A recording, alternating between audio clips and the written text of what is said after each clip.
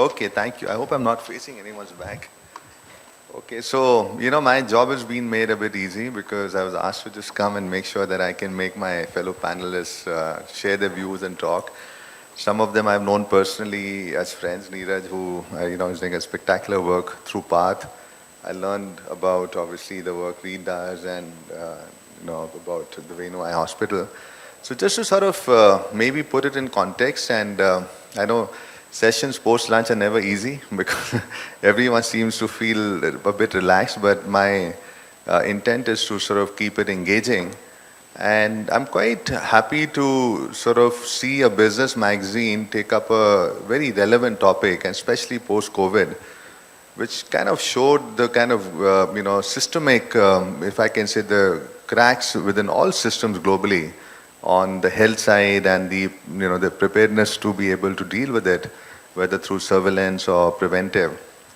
And so when I sort of look at it in the context of our Honorable Prime Minister's vision, which I really do believe is a great goal to keep for a country, that by 2047, we should really be a fully developed country. And, so there is a roadmap they've made for a $30 trillion economy.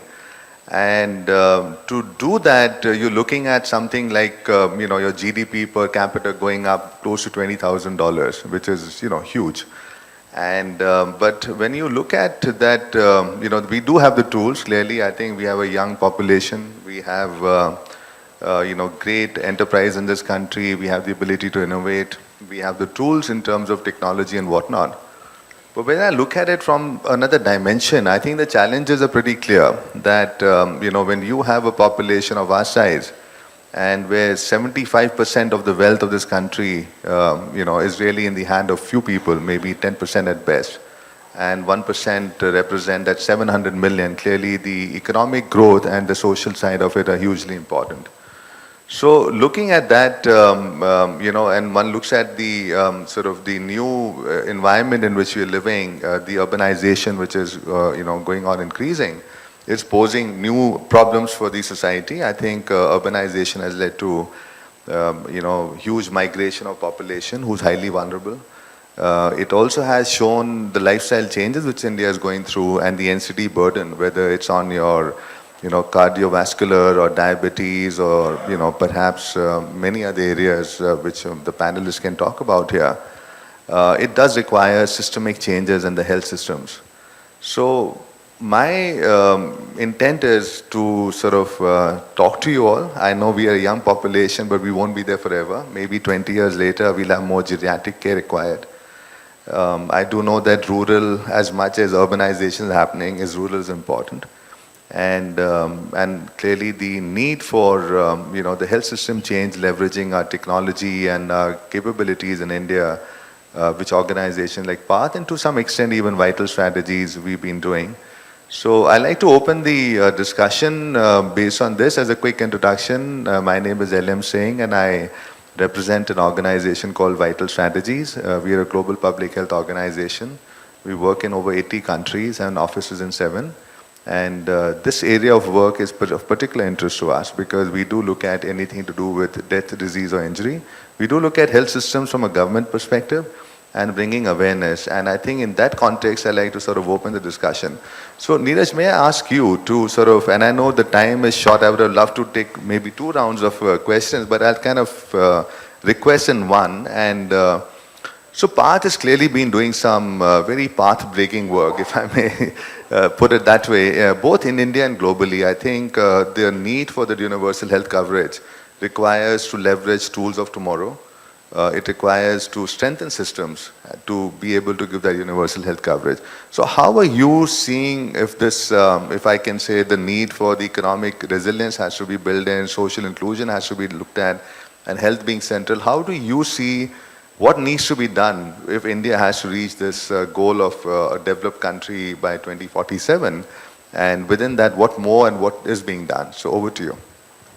Thanks, Alam. I'd like to thank Business World for having me here. It's an absolute honor to be sitting here with all of you today and talking about this important subject. You know, universal health. So firstly, did everybody try the moong ka halwa outside? Moong dal halwa? Yeah, I had some too and now I'm getting sleepy, so please keep me awake. You know, universal health coverage is all about equity. And, you know, there are two Indias, as I always say. There is an India where we go to the best of medical, you know, facilities that are available, the best of hospitals, best of health centers, etc., best of doctors. In fact, I have friends who come from the US and from Europe who are not able to get appointments. But in India, they walk in and they get their eyes tested and they get a lot of their work done. But it's all about equity. So it's all about those who are living in low resource settings. How do we bring that service delivery up? And that's essentially something that happens through the government system. Just to your question of what are the things that need to be really, you know, focused on, I think the first thing would be infrastructure. Any of you been to a health center, a primary health center, health and wellness center? Any of you taken services there? So you went as a tourist.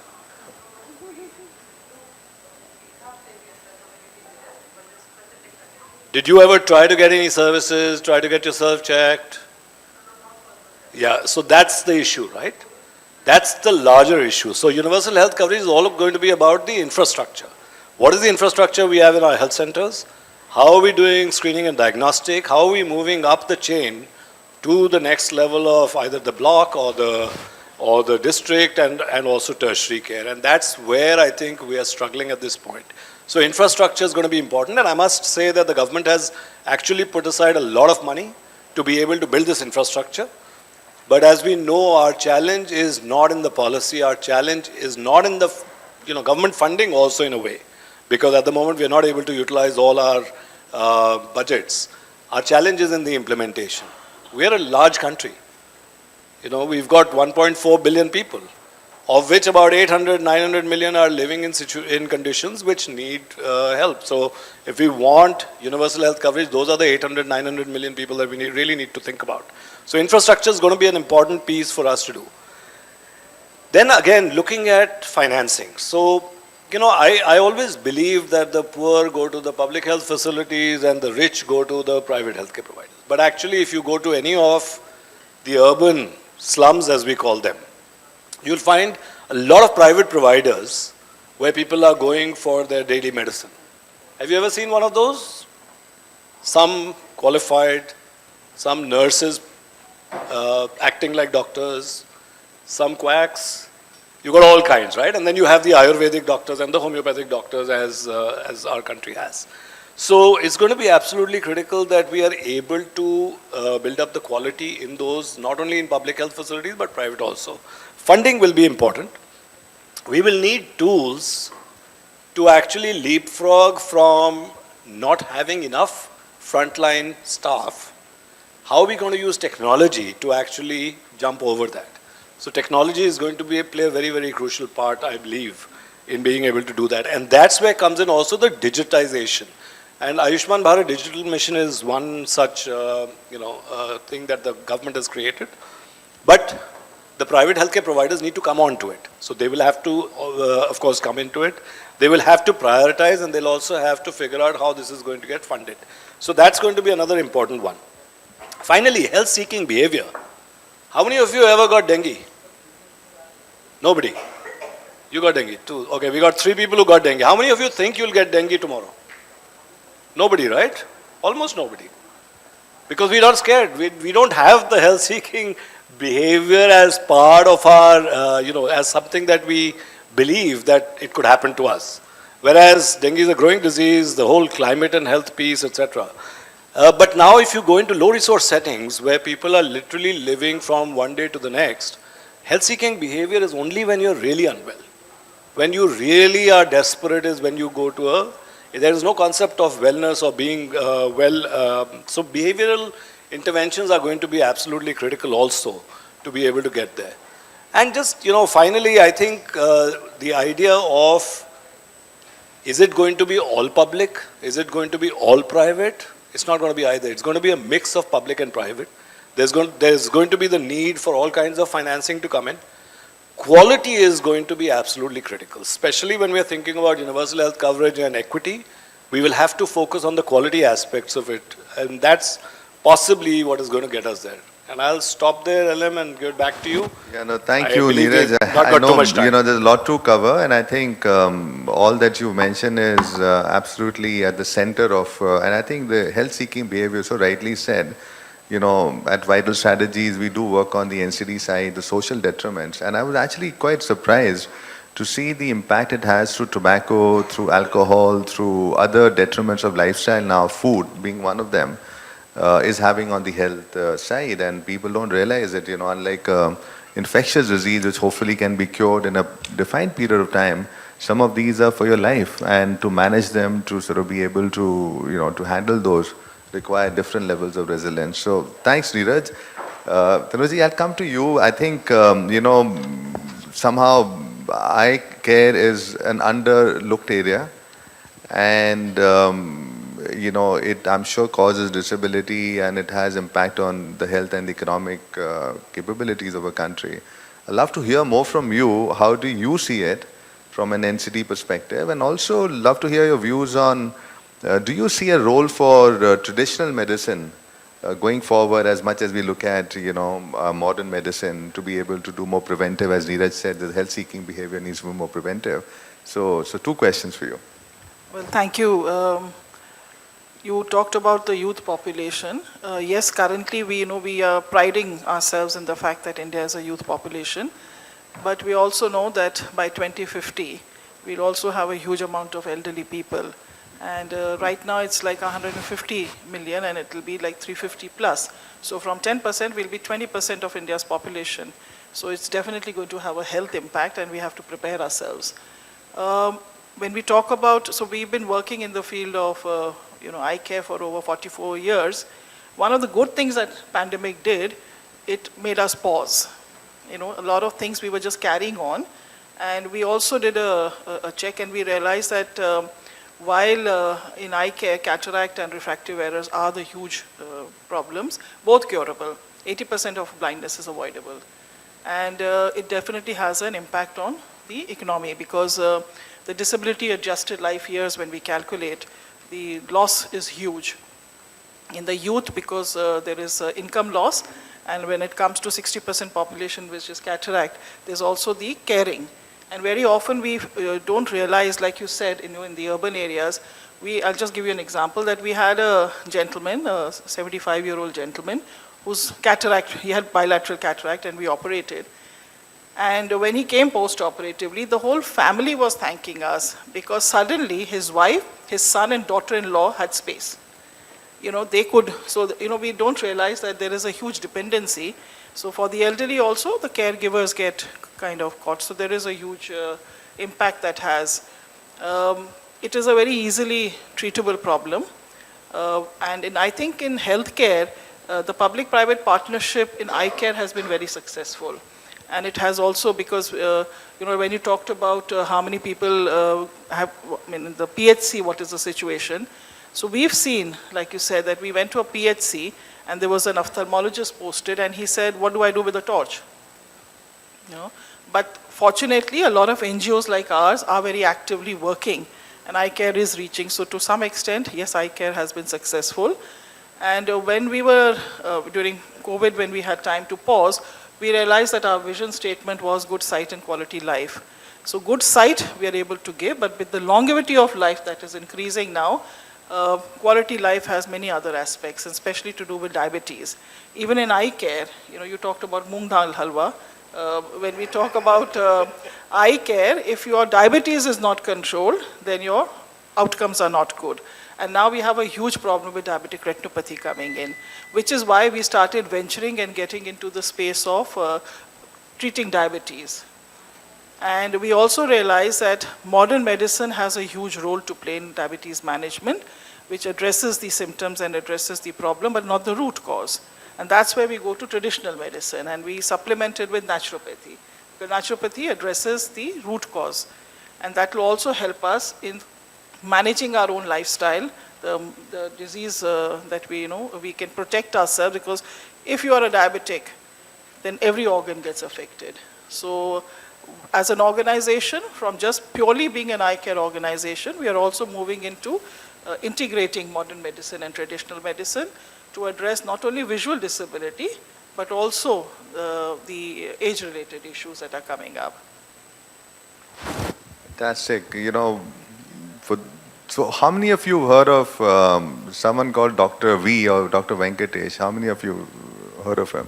Raise your hands. Okay, it's surprising, in a room where we're having a discussion on health, economy, resilience. If you haven't, I highly urge you to read about his life and his contribution. He was a polio patient at a very early age, became a medical doctor, retired, put all his money and his family's to start what he called Arvind Eye Care.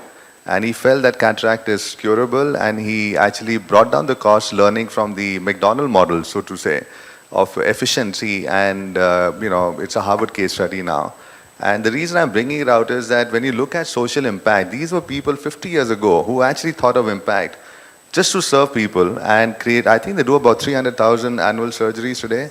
So I think it gives me hope that in India we've had such great leaders across fields, and hopefully many of you are sitting out here. So ma'am, coming to you, I'd love to hear from you. Clearly rural is an integral part of India, and I think they are the most vulnerable. As Neeraj said, access is a big problem, and to quality. And now we do have the tools, yet we don't have that health-seeking behavior. Women are largely, I would say, at a point where maybe the social norms are such they don't really prioritize themselves. And so if India has to move forward and the social impact, clearly gender is a big important part. And love to hear your views. What do you see and what can be done if we have to reach that Viksit Bharat? Thank you so much for asking such an important question. Being working in the development sector from the past more than 3 decades, traveling to hook and corner of rural India, I would like to give 2 examples when we are talking about the rural population. See, when we take smoking, it's a lifestyle in the modern era. But when I travel to Mewat, I see every woman having hookah. That smoking is there, it's a part of their life, but there is no awareness. There is no one is telling them how harmful it is for her health, because it starts from 25 to 30 years, because when she has her daughter-in-law also, then she has the power. Then she smokes, she sits on the charpai and starts smoking, and smokes till 60 years. So where the health is going, to whom she is listening, that is one big example I just wanted to give. The second example is the lifestyle diseases. You say diabetes. Here we have, every morning we check our diabetic level. But who is checking their diabetic level? Because they are having sugarcane, agri business, and they don't bother whether they eat halwa or whatever. Yes, they are staying in a very good environment, but there is no education for that. So health has become a pandemic for us. We are not conscious of that. When you go to the rural areas, you meet people, you talk to them, there is a gap of awareness first. The first awareness has to be brought there. Then the treatment comes. And yes, during COVID, what happened? Before COVID, we started training on community health workers. So we thought, let the young boys and girls, because we are talking about demographic transition, let us start training on community health workers, and we created a syllabus and we got it vetted from the doctor, and we started giving the training, how to check the sugar, how to measure the blood pressure. So we gave them the instruments also to do that. That saved them to rush to urban areas, otherwise it was a big chaos during pandemic, and many collapsed on their journey from their villages to the urban cities because they didn't know what to do. So according to me, health education has to go to the doorsteps of the rural people, and youth can do it very well. Thank you very much. I think clearly awareness stands out as a big important part, and we see it in our work as well. as you said, the social side of it, whether it's accepted as a norm, yet not understanding, some of our work. In fact, I was surprised to get data myself that the air quality, both indoor and outdoor, the impact it has on health. I mean, this is a reality we live in, and the WHO studies and others which have come out and shown the impact it has. So I think the impact of health is just not only within the health system, it's beyond. And whether it's the climate side or the environment side, and the NCDs, which are the systems have to be strengthened. So I would like to ask you any last thoughts, Neeraj, before I open it, if anyone has questions. Like if there's one thing you had to do, like Dr. Venkatesh did, what would you do? You were a very accomplished leader in your field. So what is that, apart from the moong ki dal ka halwa, you would help us to? Well, I would definitely have had a little bit less than I did, so to start with. But no, I think our the challenge is that, and that's something which actually keeps me awake at night, which is we have a lot of people, and the inequity is pretty large. So for me, the most important thing would be to make sure we're able to provide good, decent quality service. I'm not saying Apollo and Medanta quality, but even basic decent services to the entire population would be absolutely critical. Otherwise, this is just going around. I must tell you that there is positive news. About 70% of India was going to private providers some years ago. Now we are down to about 50% going to private providers and 50% coming into the public health system. The challenge is, and LM, I think, for me, it's not about what you can do, it's about what you can do at scale for a country like ours. What is sustainable? Because a lot of not-for-profits, and I mean, I work for a not-for-profit, we get money for 2-3 years, we go in, we do interventions, we come out. As soon as we come out, it shuts down. So sustainability is critical, and that is why partnership with government is absolutely, must happen. So scale, sustainability, these are the two things that I would really focus on. And also speed. We have, I think, post-independence, I think we haven't gone as fast as we probably should have. And the inequity is growing, so we really need to focus on that bottom.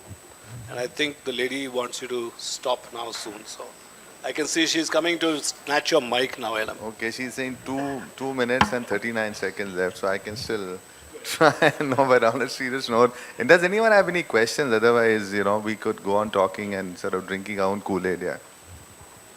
Yes, sir. I can hear you. Please go ahead. I'll try and summarize it.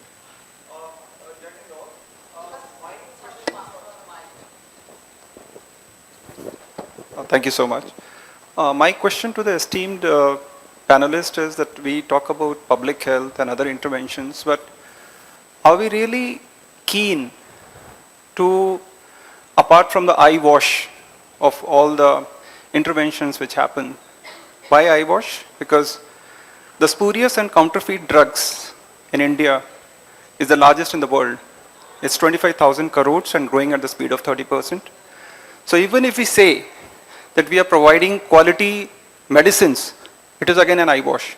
Second thing is, what Mr. Neeraj said, that are we really concerned about our health and we don't go, we are not worried till the time it reaches to the level there we have to go. So are the grant makers ready to fund preventive health care?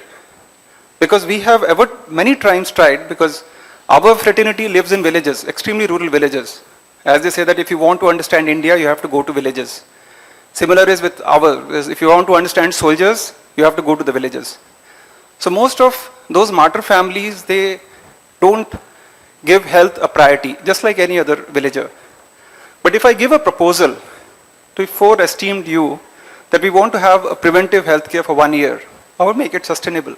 How many would really be keen to sign on the dotted lines? Okay, apart from Vinu, which is having a 360-degree approach, having a team and all that stuff, because I worked in public health.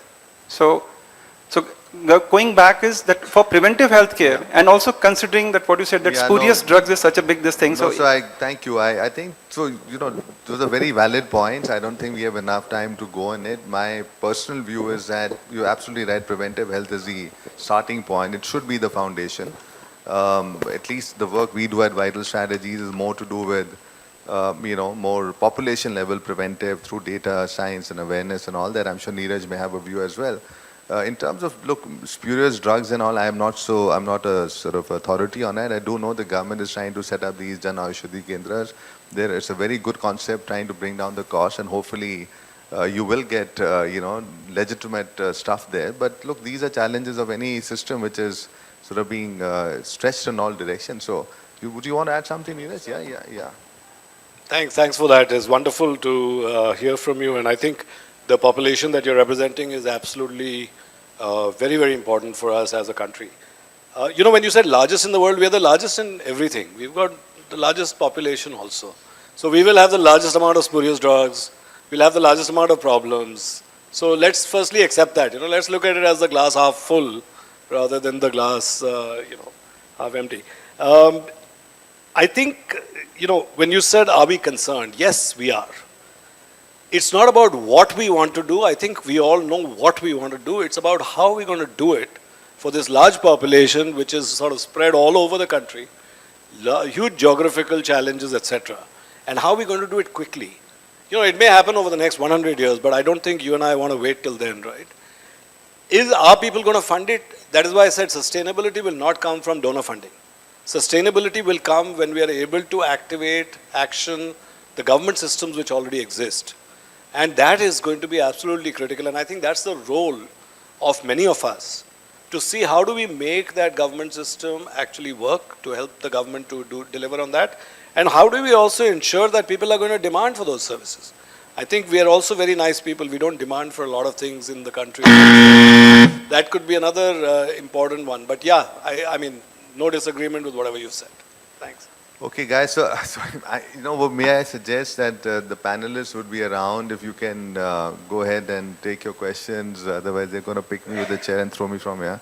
But thank you all for being here. I think our time is up, at least on this panel, but we'll be around. And I wanted to thank you all. I think the idea was really for us to think about how more can be done. And my only takeaway is that more collaboratives, the more thinking and more sort of collective action can certainly take us forward. Yes, ma'am. You can ask a question, but...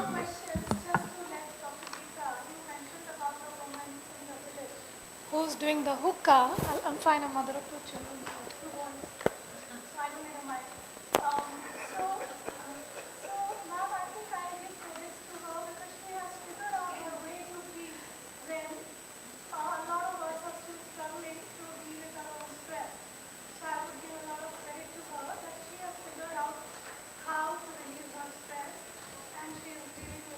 We're going to get you a hookah soon.